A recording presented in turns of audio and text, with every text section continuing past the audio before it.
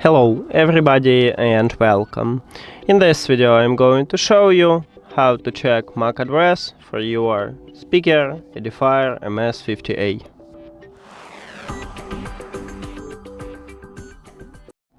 So basically you have a few options how to do this.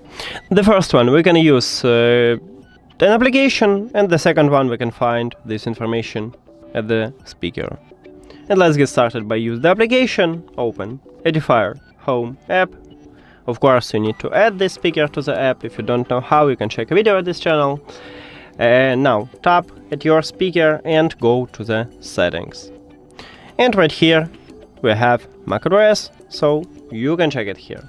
Or we can use, as I said previous, speaker.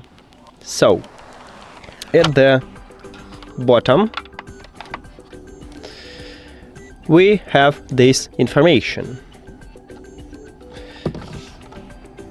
And right here, as you can see, we have the same MAC address. So this is the second option. And that's it. Thank you for watching this video. If you found it helpful, please consider subscribing to the channel and leave the like on the video. See you later!